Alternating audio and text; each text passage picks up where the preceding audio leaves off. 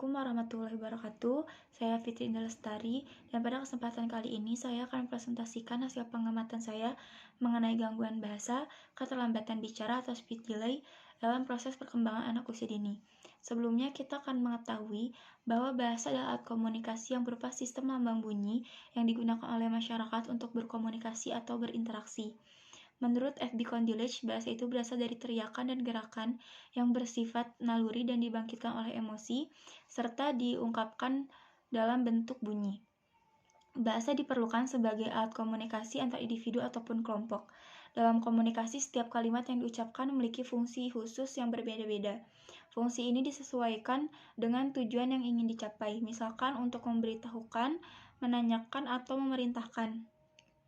Selanjutnya adalah metode. Metode yang digunakan dalam proses penelitian gangguan bahasa ini adalah metode pengamatan, wawancara, dan deskripsi. Langkah awal yang dilakukan oleh saya adalah pengamatan terhadap anak yang akan menjadi sumber dari penelitian ini. Kemudian, untuk menguatkan hasil pengamatan, saya melakukan wawancara kepada orang tua anak tersebut dan hasilnya disusun dalam bentuk deskripsi. Selanjutnya ada profil. Anak ini berinisial OA, usia 3 tahun, jenis kelamin perempuan, dan gangguan bahasanya adalah terlambat bicara atau speech delay. Selanjutnya pembahasan. Perkembangan merupakan suatu istilah yang mencakup pengertian tentang proses perubahan baik fisik ataupun psikis. Terlambat bicara merupakan hal yang paling sering dikeluh kesahkan oleh orang tua, terlebih jika anaknya sudah mencapai usia 3-5 tahun dan ia masih belum lancar bicara, bahkan tidak bicara sama sekali. Umumnya, anak usia 3-5 tahun sudah mulai bicara bahkan bercerita. Anak yang mengalami speech delay biasanya akan menunjukkan gejala kegagapan atau kesulitan mengucapkan kata-kata sederhana. Selain itu, anak yang mengalami speech delay akan mengalami kesulitan untuk mengekspresikan diri agar bisa dimengerti orang lain. Kasus kali ini terjadi pada seorang anak perempuan berinisial OA berusia 3 tahun dan yang sampai saat ini masih belum fasih untuk mengolah kosakata yang ia bicarakan. Kemampuan bicaranya yang tertinggal di mana ia bicara masih seperti anak 1 tahun yang kosakatanya sulit untuk dimengerti. Hal ini dibenarkan oleh ibunya yang menyatakan bahwa ia sendiri pun masih agak sulit untuk memahami apa yang anaknya katakan, sehingga ia seringkali marah dan menangis jika sang ibu tak kunjung memenuhi apa yang dia inginkan.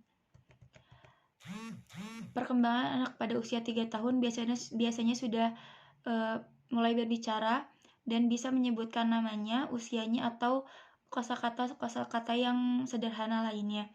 Namun pada kasus OA ini, ia sudah mulai berbicara dengan kosakata yang dikeluarkan berantakan atau sulit dimengerti oleh orang lain. Kosakata yang diucapkan seringkali memiliki bunyi yang sama, namun pemaknaannya berbeda. Berikut adalah kosakata yang sering kali diucapkan oleh OA dan mulai dimengerti oleh orang sekitar, seperti kata una, uwah, uwe, ahu, moh, oweh, dudung, umah, aker, dan anak. Kata-kata ini adalah kata-kata yang paling sering diucapkan oleh OA. Selebihnya, ucapan OA sangat sulit dimengerti oleh orang sekitar karena bunyi yang dikeluarkan sangat tidak jelas dan tidak beraturan. Adapun kosakata yang bisa diucapkan oleh OA hanyalah kata panggilan dan kata sederhana seperti ayah, nenek, kakek, adik, ga, dan ga papa. Hanya ada 6 kata yang bisa OA sebutkan dengan jelas. Selain itu, kosakata yang dikeluarkan sangat tidak beraturan dan sulit dimengerti. Biasanya saat OA sangat ingin bercerita, ia akan berbicara tak beraturan dan kosakata yang diucapkan pun tidak jelas. Menurut penuturan sang ibu mengatakan bahwa perkembangan bicara anaknya ini tidak berkembang sejak usia 2 tahun.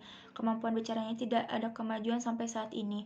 Namun sang ibu masih secara perlahan mengajari OA cara berbicara dan dengan kata-kata yang sederhana dan selalu mengoreksi jika ada kata-kata yang OA bicarakan tidak tepat atau salah.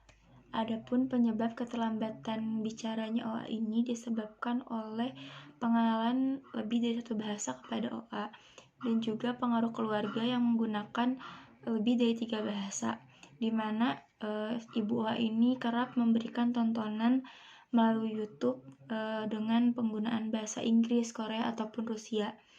Dan juga dari faktor keluarga, di mana orang tua OA sering menggunakan bahasa Indonesia, sedangkan kakek dan neneknya menggunakan bahasa Jawa dan Sunda, sehingga menyebabkan OA kesulitan untuk mengolah kata-kata atau kosakata yang ingin ia ucapkan. Kesimpulannya, bahasa merupakan kunci dari sebuah komunikasi, maka dari itu bahasa merupakan hal yang sangat penting untuk dipelajari dan dilatih sejak dini. Namun hal tersebut harus dilakukan secara seimbang, sesuai dengan kemampuan. Perkembangan anak merupakan hal yang rentan, maka sebagai orang tua, selayaknya kita harus membimbing anak dalam proses perkembangan, sehingga anak mampu menguasai bahasa yang merupakan kunci komunikasi antara anak dan orang tua. Gangguan berbahasa yang terjadi pada anak usia dini masih bisa diperbaiki atau disembuhkan apabila faktor penyebabnya adalah kekeliruan cara orang tua dalam mendidik atau mengajarkan berbahasa kepada anak. Dalam penerapan bahasa ini, sebagai orang tua sudah seharusnya untuk mengamati perkembangan anak agar bisa mencegah gangguan-gangguan yang dapat terjadi pada anak sejak dini. Mungkin cukup sekian dari saya. Mohon maaf apabila masih banyak kekurangan. Wassalamualaikum warahmatullahi wabarakatuh.